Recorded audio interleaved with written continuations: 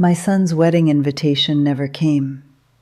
What came instead was a knock on my door 3 days later, and when I opened it, there stood my 32-year-old son Derek with a woman I'd fed, clothed, and financed for 3 years, both wearing gold bands like they'd just won something valuable.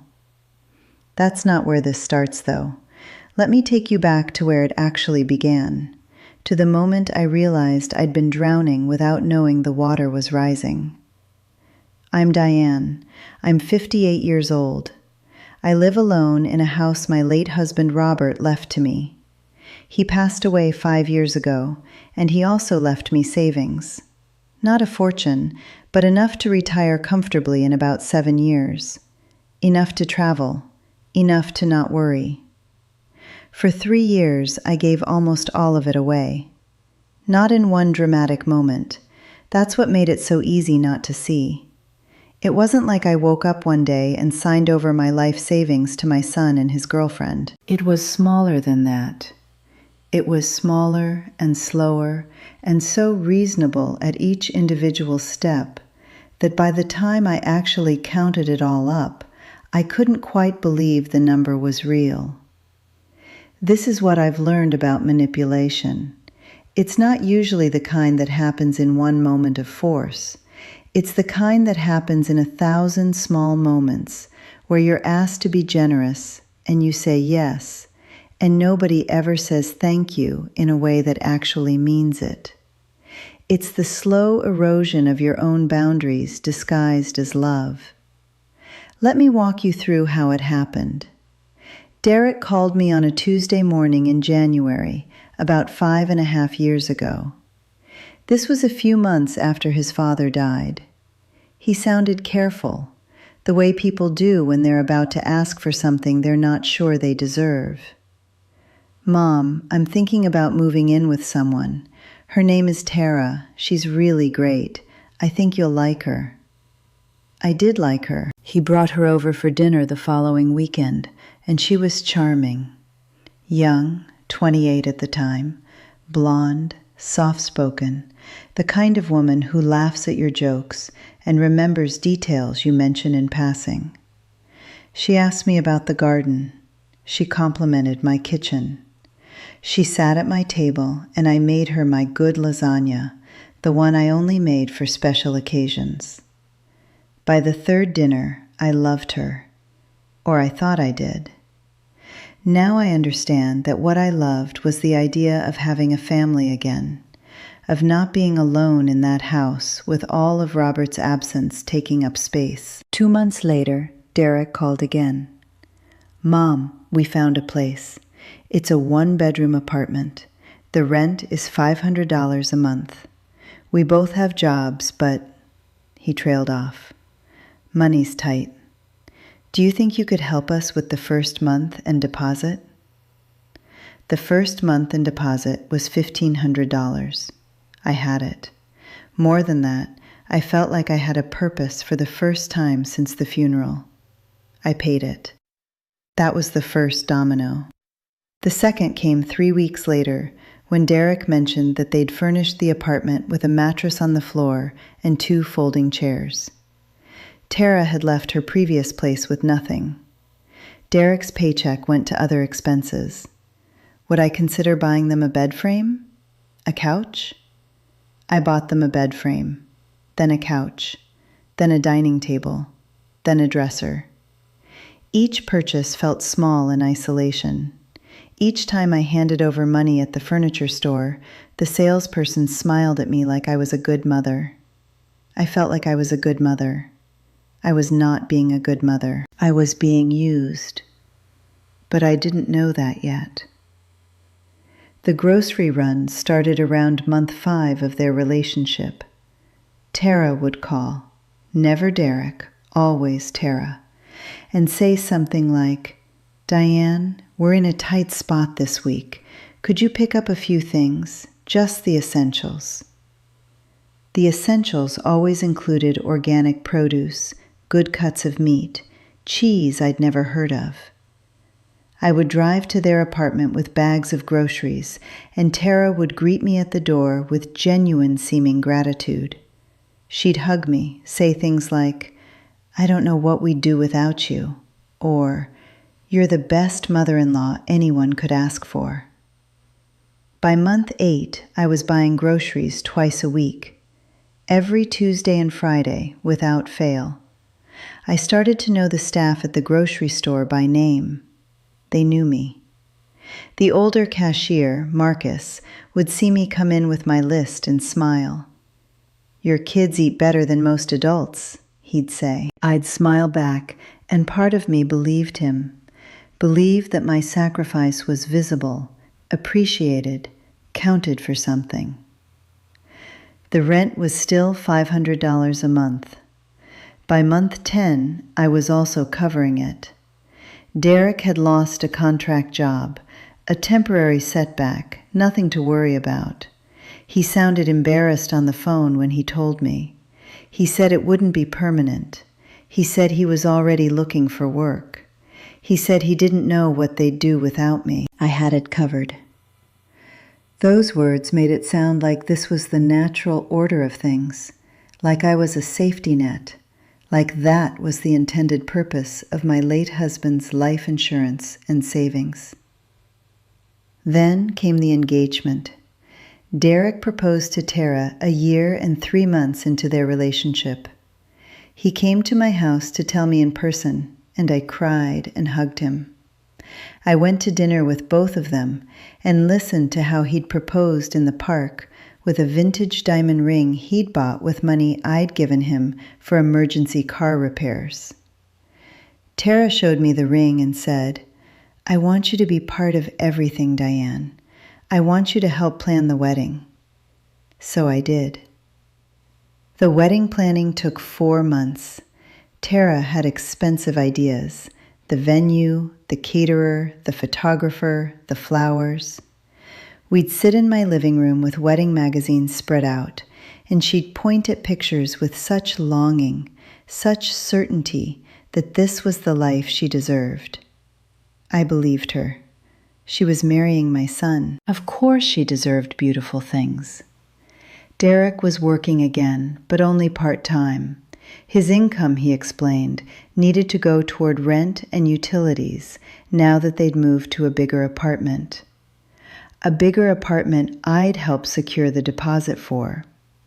I didn't pay for the entire wedding, but I paid for more than I should have. I paid for the flowers, $800. I paid for the rehearsal dinner, $1,200. I paid the photographer's deposit, $600. Each payment felt like I was buying a piece of something real, something that would last, something that would make me part of the family. And then there was the dress. Tara came to me 3 weeks before the wedding. We were sitting in my kitchen. She looked troubled. "Diane, my dream dress, the one I've always imagined, it's $1,800. I know that's a lot.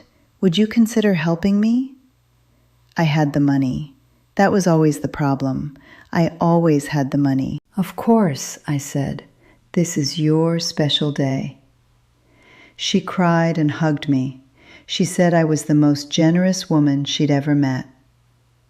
3 weeks later, Tara walked down the aisle in a dress I'd paid for, at a wedding I'd largely financed, to marry a son who hadn't invited me.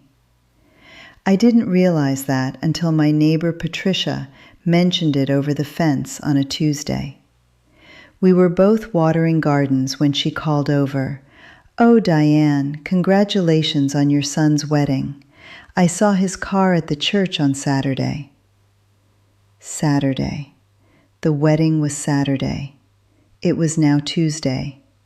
I'd known about the wedding for months. Derek had told me the date, the time, the location. But there had never been an invitation. No formal invite in the mail. No, "Would you like to come?" Just the date mentioned in passing, like I would simply know to show up. I said goodbye to Patricia and went inside. My chest felt tight. Not in a way I could explain to myself yet, just tight. I closed the door. I set the hose down. I walked to the kitchen, the same kitchen where I'd spent so many hours chopping vegetables, plating beautiful meals, preparing food for people I loved. And I sat at the table. The wedding that I'd paid for had happened without me. The dress I'd financed was worn by a woman I'd clothed and fed while she smiled at my son in front of God and witnesses. The flowers I'd purchased, those stunning peonies, had decorated a ceremony I was never invited to attend. The photographer I'd paid for had captured moments that were not my moments to share. I didn't call Derek. I didn't text Tara. I sat with that fact for 7 full days. I replayed every conversation, every grocery run, every furniture purchase, every conversation where I'd felt needed. I thought about the $1,800 dress that I'd paid for but never seen worn. I thought about my late husband's money he'd earned, money he'd intended for my future, money that was supposed to be my safety net. By the 7th day, I'd done the math. I sat at this table with my bank statements, my credit card receipts, my checkbooks, and I added it all up with a calculator and a pen. I wrote each number down on a yellow legal pad. Rent payments from the beginning, $6,000. Furniture and household items, $4,200. Grocery runs, $8,900. Wedding expenses, $3,600. The dress, $1,800. Smaller things, accumulated, $800. Total, $25,300. But then I added the recent months, when I'd started helping with utilities they claimed couldn't be paid, with Derek's car payment that was suddenly my responsibility to facilitate, with Tara's credit card debt that she was working through, which meant I was working through it, insurance, phone bills, a laptop Tara needed for a job that didn't last, emergency vet bills for a cat I'd never met. I calculated. I recalculated. I checked my math 3 times. The new total was $33,487. I stared at that number for a long time. $33,487. Most of my late husband's savings. 3 years of my life. The money that was supposed to be my retirement, my freedom, my cushion against an uncertain future. The money he'd earned and protected and left to me so that I wouldn't have to worry. And I'd given it to the people who worried about me so little they didn't invite me to their wedding. That afternoon, the phone rang. It was Tara. She didn't say hello. She said, "Diane, did you forget? This month's rent is 3 days late." I could hear the irritation in her voice. Not worry about whether I was okay. Not gratitude for the hundreds of times I'd covered them, just irritation that the money was late. I took a breath. "No, Tara, I didn't forget. I just decided something." "Decided what?"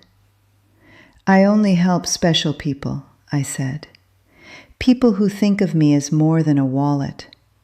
People who invite me to their weddings. People who say thank you instead of complaining when a payment is a few days late. People who actually love me." There was silence. "What does that mean?" she asked. Her voice had changed, less certain now, like she was trying to understand a statement from someone who wasn't following the script. "I think you understood me perfectly fine," I said. "I wish you both well." And I hung up. The next morning, I drove to my bank. Janet, the branch manager there, has known me for 8 years. She was startled to see me, I think. I didn't usually come in. I handled most things by phone or online. But this needed to be done in person.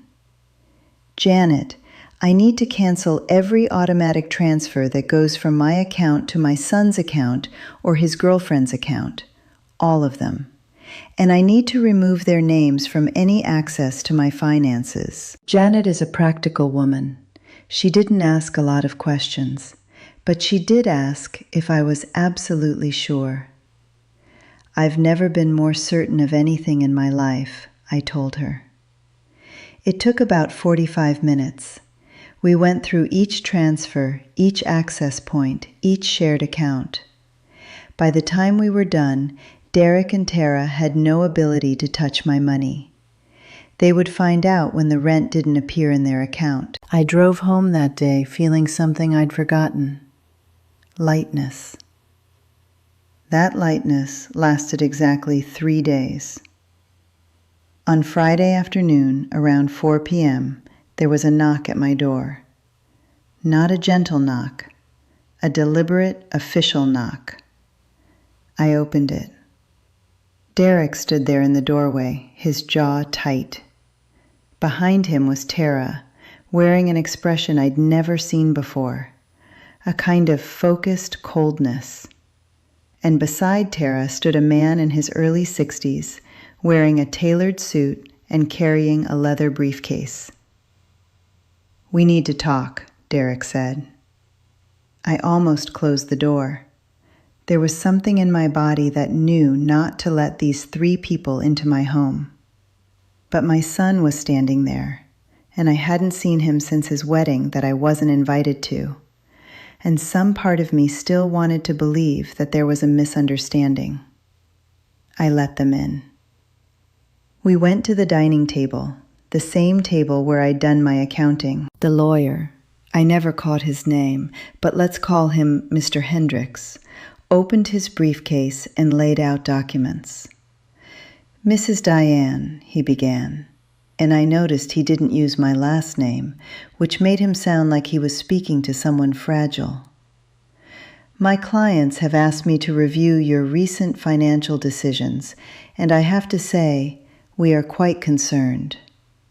He pointed to papers on the table, bank statements, medical records, information that I had no idea how they'd obtained. "Recent erratic financial behavior," he continued, scanning the documents like he was reading from a script. "Sudden cessation of long-standing financial commitments.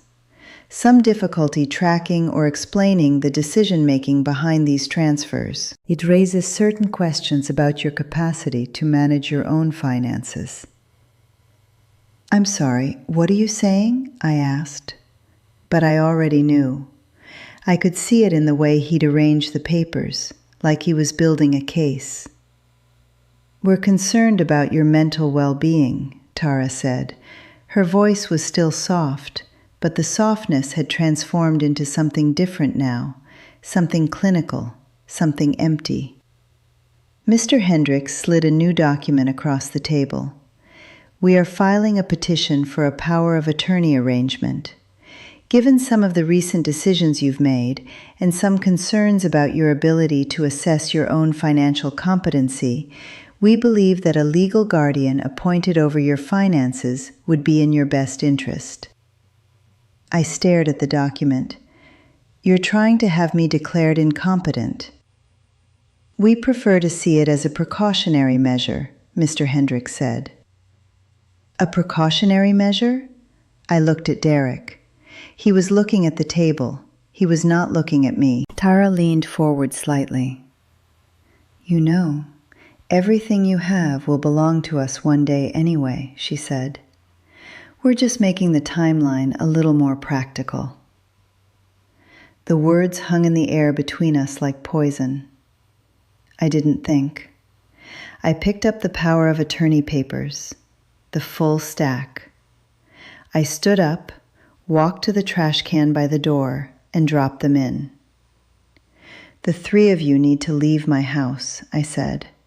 "Now." "Mrs. Diane, if you'll just..." Mr. Hendricks started. "Now," I repeated. I opened the door.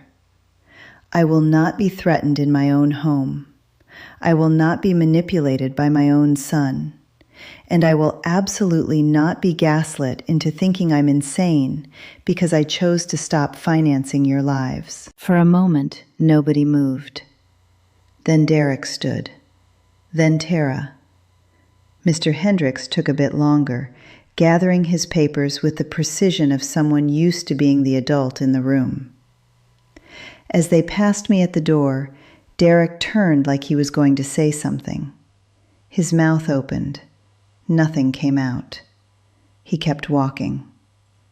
I closed the door behind them and locked it. Then I called a lawyer of my own. I didn't know who to call. I didn't know any lawyers except for the man who'd drawn up my will, and he was a family friend of Robert's who was now probably in his 80s. Instead, I called my friend Michelle, who'd worked in human resources for 30 years and knew people. "Diane," she said, listening to the whole story without interrupting, "you need an elder law attorney, someone who specializes in these cases. I have someone. Her name is Rachel Whitmore. She's in the city. Let me text you her number." Rachel Whitmore's office was in a professional building downtown. The building had that particular smell of legal offices everywhere: coffee, paper, air conditioning, and something else that I'd later realize was the smell of people fighting for their rights. She was a woman in her mid-50s, with sharp eyes and the kind of calm that comes from having seen worse than what you're about to tell her. She'd defended elder clients against guardianship schemes for 15 years. I met with her the following Monday. I brought everything in a cardboard box: the bank statements, the receipts, the text messages from Derek asking for money, the voice messages from Tara mentioning the rent. Rachel sat across from her desk and read through everything without saying much, just making notes in a legal pad with expensive-looking handwriting that somehow conveyed both competence and compassion. When she finished, she set everything down and looked at me. "What you're describing is called a guardianship scam," she said. "It's become more common. Adult children, sometimes with spouses, file for guardianship or power of attorney, claiming the parent is mentally incompetent. The goal is financial control. The strategy is to find evidence to support their claim, and sometimes they manufacture it or manipulate evidence that already exists. What you're telling me is that you caught them in the middle of executing this scheme, which means you have the advantage." "How do I have the advantage?" I asked. "Because you didn't fall for it," Rachel said, "and because you have documentation of everything they claim you spent irrationally. Bank records are objective. They show a pattern of generosity that stopped, not erratic behavior, but deliberate boundary setting. The fact that the boundary setting happened to follow an uninvited wedding is going to be very relevant." She leaned back. "Here's what we need. Absolutely everything documenting your finances for the last 3 years. Every text message, every email, every receipt. Print everything. Make copies. We need a paper trail so complete there's no room for them to claim anything was hidden." That's what the next week looked like. I printed bank statements until my hands ached. I went through 2 years of email and downloaded attachments. I gathered receipts from the furniture store, the grocery store, the florist, the photographer. I found old text messages where Derek said, "Mom, I don't know what we'd do without you." And Tara sent hearts and gratitude. I made a timeline documented in clear black and white with dates and amounts and purposes. By the time I was finished, I had filled 2 full accordion folders. When Rachel reviewed them, she nodded. "This is perfect," she said. "This tells a story. Not a story of erratic spending, a story of a mother loving her son, and his wife and he taking advantage of that love. The other thing Rachel asked me to do was talk to my neighbors.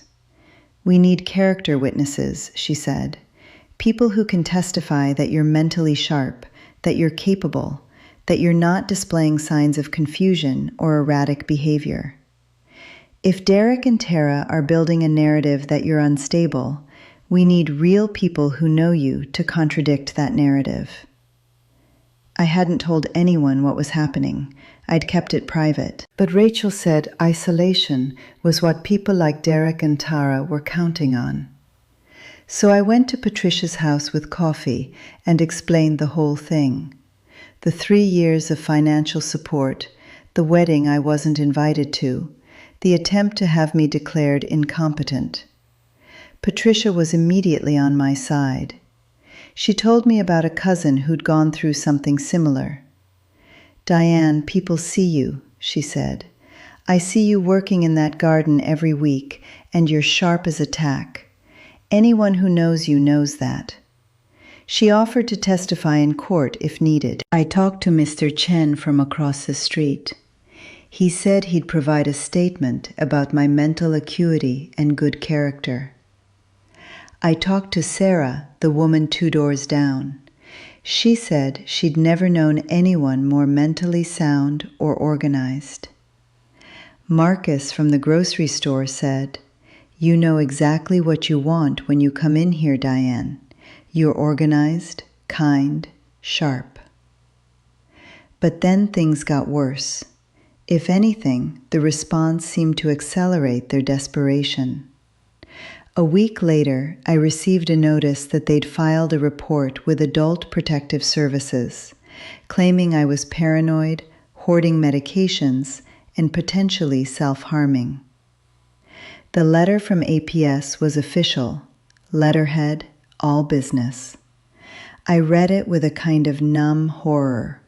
Self-harming, as if I was unstable, as if the problem was me and not the people systematically trying to steal my money. APS called me for an initial interview. I had Rachel present. We sat at my kitchen table, the same table where I'd calculated the $33,487. The same table where Derek and Tara had tried to serve me legal papers. The investigator was a woman named Constance in her 40s, with tired eyes that come from seeing real suffering and fake claims. She'd been doing this work for nearly 2 decades. She interviewed me while Rachel sat beside me as a witness. "I've been watching your case with interest," Constance said, looking at the file. "I've received reports from your son and daughter-in-law expressing concern. But I've also reviewed the previous statements from your pharmacist and your doctor, and I've spoken with your neighbors. Nobody is corroborating the claims of erratic behavior or paranoia. What I'm seeing is a woman who cut off financial support to people who were taking advantage of her generosity, and those people escalated in response. That's not a mental health issue. That's a consequence of a boundary." Constance's final report recommended no intervention. She'd found no evidence of self-harm, no hoarding, no paranoia. A competent woman defending herself against exploitation. But then they filed a lawsuit in family court, not just asking for power of attorney, an actual lawsuit requesting that a guardian be appointed over my person and my estate. The language described me as a vulnerable adult at risk of making impulsive financial decisions. It presented my withdrawal of support as evidence of cognitive decline. It requested that Derek be given control of my finances, my medical decisions, and my living situation. Derek's name was listed as the petitioner. My own son was formally, legally, trying to declare me incompetent. When Rachel showed me the filing, I felt something inside me break. Not my resolve, but something else. The last piece of me that wanted to believe that maybe I'd overreacted, maybe he was just misguided, Maybe there was still some redemption path for us. "Rachel, I don't know if I can do this," I said. My hands were shaking as I held the papers. "This is my son. I don't want to destroy my relationship with my son." Rachel looked at me with the kind of directness that only comes from knowing exactly what's at stake. She'd seen this dynamic 100 times. "Diane, your son is trying to destroy your independence and seize your assets. That's already destroyed. You didn't do that. He did. You're not going to do anything except defend yourself, and you're going to win because you have the truth on your side." I thought about that for a long time, and she was right. I had the truth. I had the documentation. I had the witnesses. I had my clarity and my sanity, and 3 years of objective evidence that I'd been generous, not erratic. I had Gerald and Dr. Patel and Patricia and the records of APS and the pharmacist's retraction and everything else that proved I was exactly who I'd always been, a woman who gave too much but was not insane. What I needed now was a courtroom, and I was ready to use it. But then I needed to contact my pharmacist and find out what he'd been told. Gerald was an older man who'd known me for years. When my lawyer called him, it became clear the pharmacist was given incomplete information and misled. He retracted his statement immediately. He called me personally and apologized. He said he felt manipulated, and he wanted me to know that he'd never questioned my mental competency again. Rachel filed a response 2 weeks later. It was 15 pages long, organized with precision. In it, she documented everything. The 3 years of financial support shown chronologically, the wedding she wasn't invited to despite financing it, the exact timeline of the sudden pivot to guardianship after cutting off support, the attempts to manipulate witnesses, the unsolicited calls to doctors. She called it what it was, an attempt at financial exploitation disguised as family concern. She included affidavits from Gerald, from Dr. Patel, from Patricia, Mr. Chen, Sarah, and Marcus. She attached every text message and email showing the pattern of the relationship. When she filed it, she called me to let me know. I was sitting in my living room looking out at the garden when my phone rang. "Diane, I filed the response, and I want to be honest with you. This is strong, very strong. But they're going to come back harder now because they know you're not going to crumble. Are you ready for that?"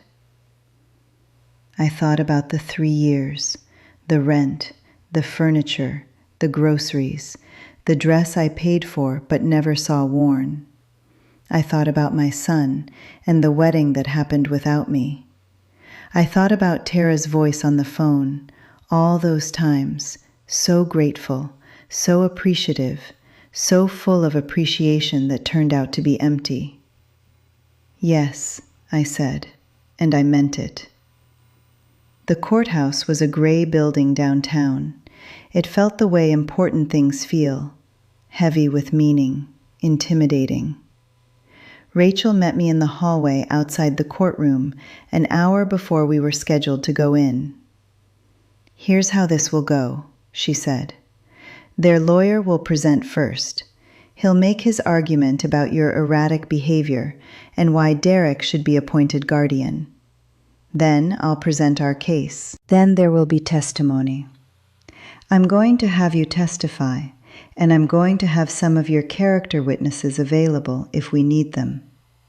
The judge will make a ruling, probably not today, but within a few weeks." "How do you think it will go?" I asked. "I think we win," Rachel said, "but I can't promise that. Judges are people, and people are unpredictable." Derek and Tara were already inside. I could see them through the glass windows of the courtroom. Derek was wearing a suit that I didn't recognize, which meant Tara had probably chosen it. He looked nervous. Tara looked composed, almost bored, the way she always did when she was most focused. The judge was a woman named Judge Maria Santos. She was in her early 60s, with dark hair and the kind of face that doesn't give anything away. She'd read all the paperwork. She knew the case. Derek's lawyer, the same man who'd shown up at my house, Mr. Hendricks, stood up first. He was smooth. He wore his confidence like armor, and he spoke with the kind of certainty that makes people believe you, even if what you're saying isn't true.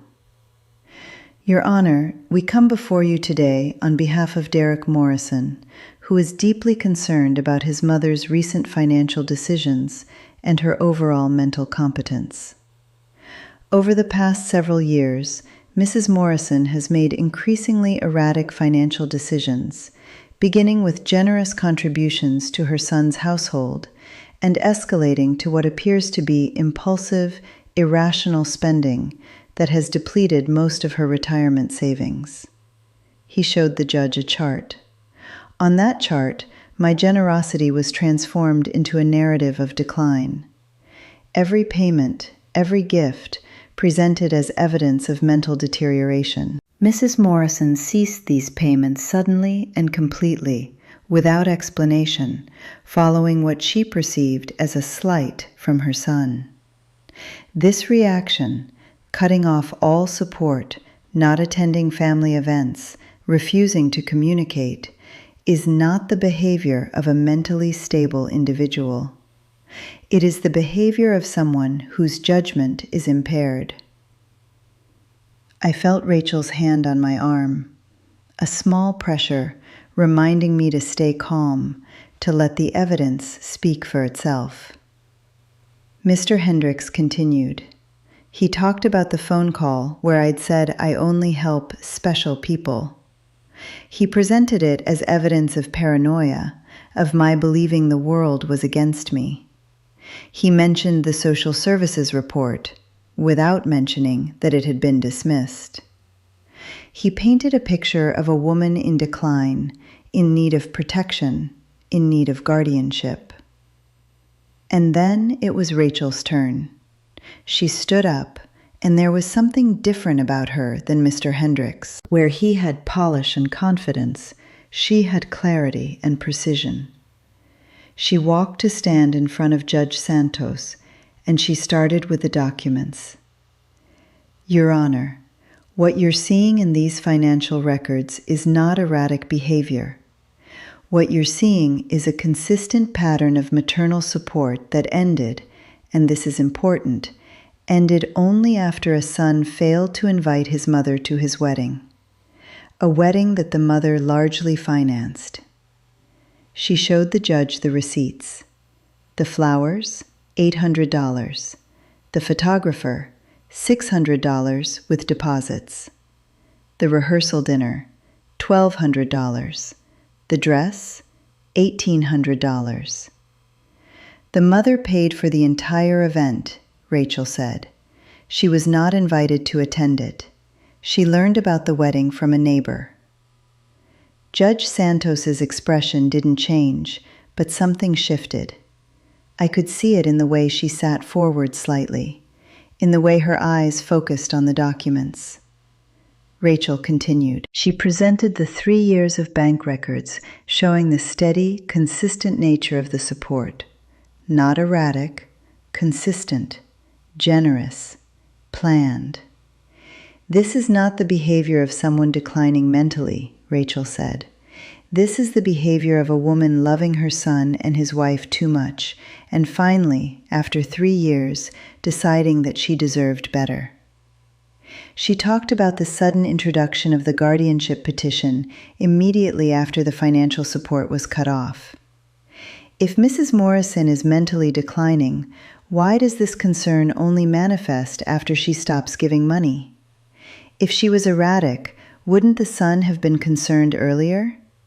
The timing is not coincidental. It is strategic. Rachel presented the letter from Dr. Patel. She presented the statement from the pharmacist and the dismissal from Adult Protective Services.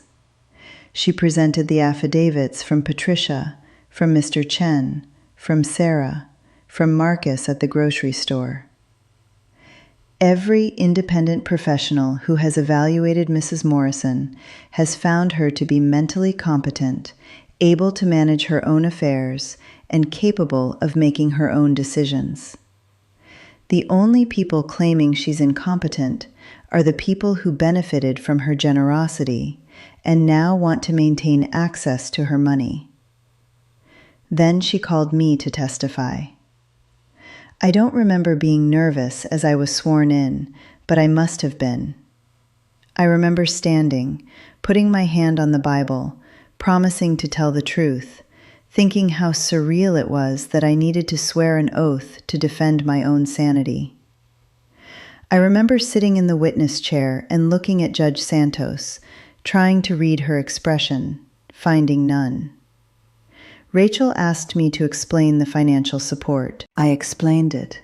The rent payments, the furniture, the groceries, the wedding. I explained how it had started small and become normal, how each request seemed reasonable, how I'd been proud to help because I thought I was helping my family. "And when did you stop the support?" Rachel asked. "After the wedding," I said. "After I realized my son had gotten married the day before and hadn't told me. After I learned about it from my neighbor." "How did that make you feel?"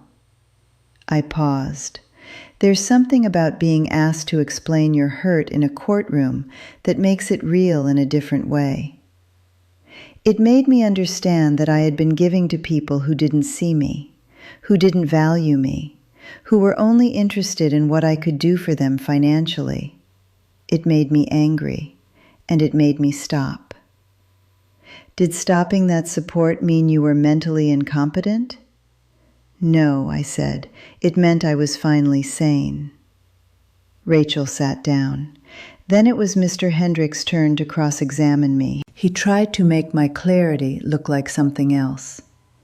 He asked about my depression following Robert's death, trying to establish a pattern of instability. I acknowledged the grief, but I pointed out that I'd recovered from it and that my depression had never affected my ability to manage my finances. In fact, I'd been managing my finances perfectly well, which is how I'd had the money to give in the first place. He asked about the phone call where I'd said I only help special people.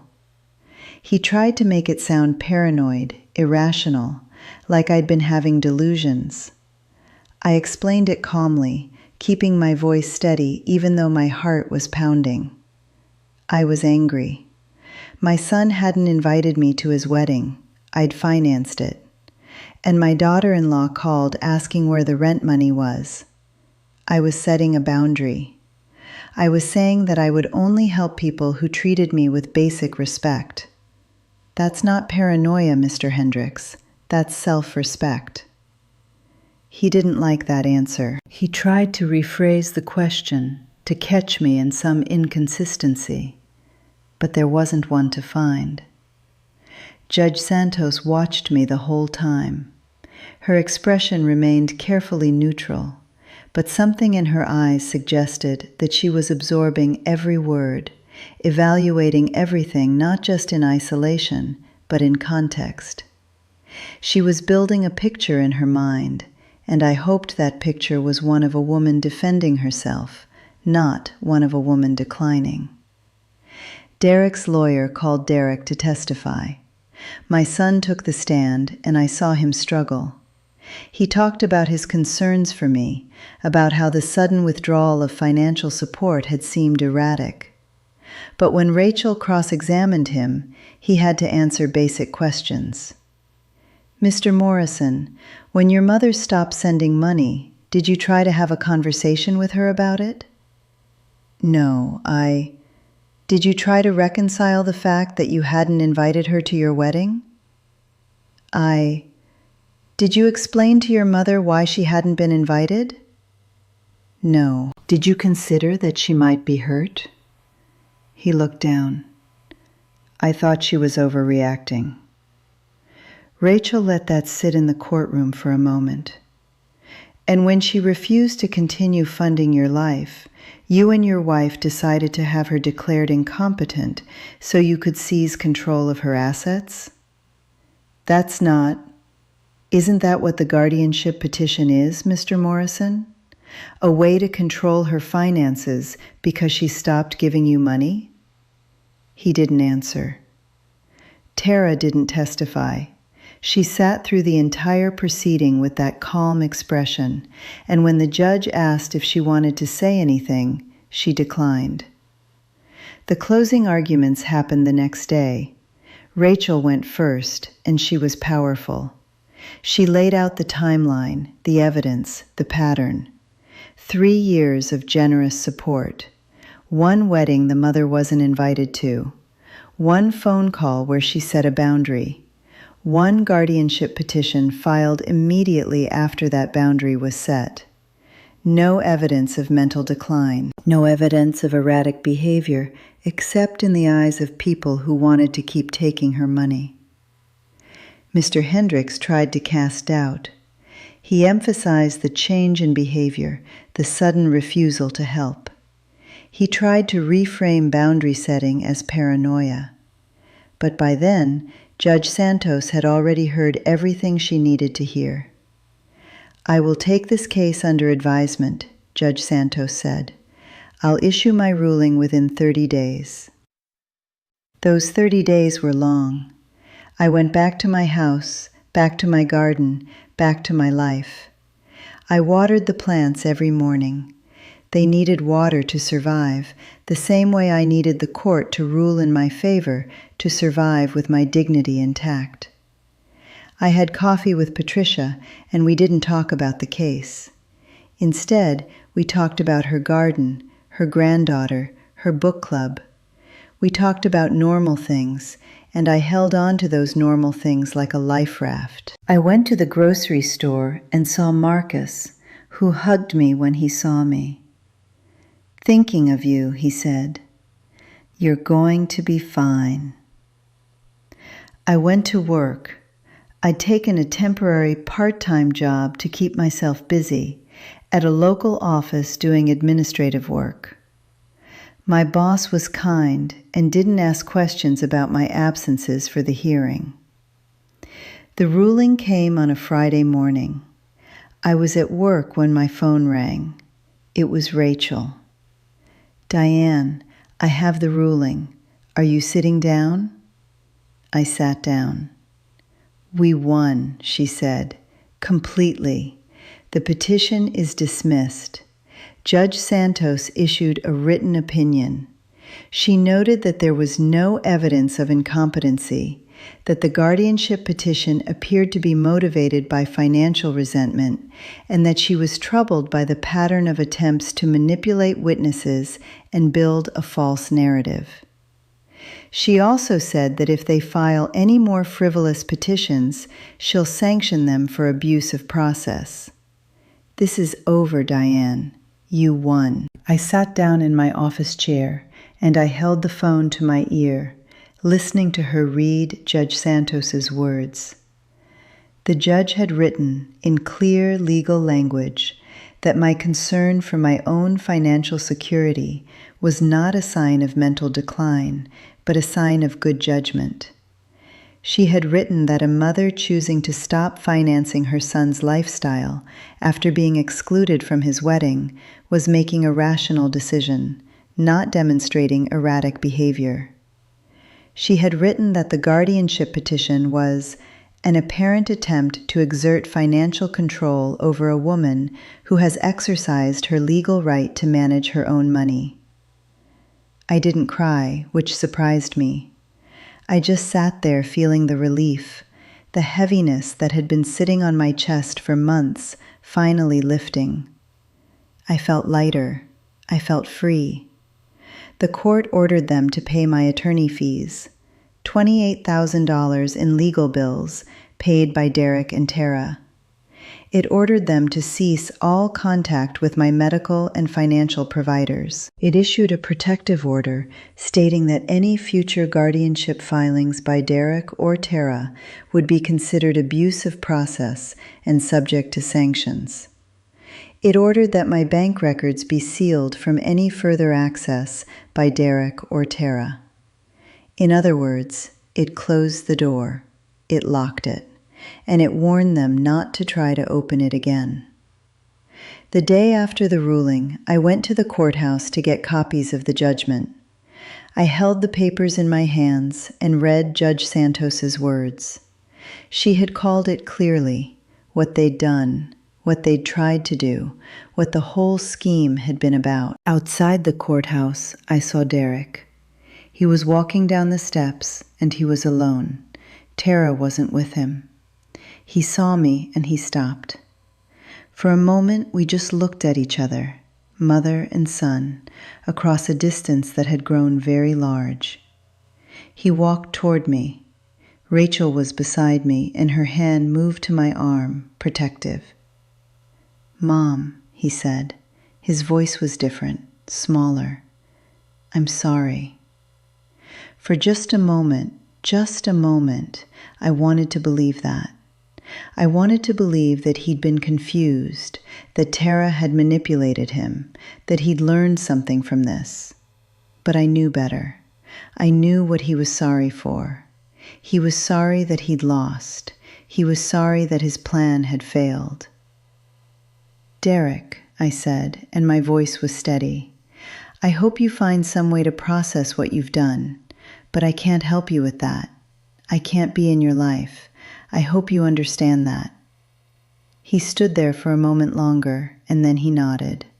He walked past me and continued down the steps. I didn't watch him go. Rachel and I walked to the parking lot in silence. When we reached the car, she said, "That took a lot of strength." "It took clarity," I said.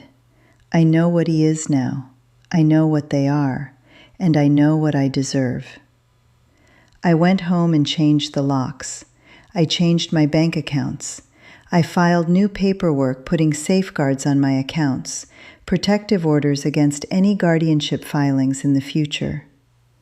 I took the money I had left, still a decent amount because I'd finally stopped giving it away, and I invested it carefully, conservatively, for me. I'll never take a Caribbean cruise now. I'll never retire as early as I'd hoped. The 3-year cost of my son's life is permanent, and it lives in my bank account as an absence. But I have my mind. I have my home. I have my independence. I have my dignity.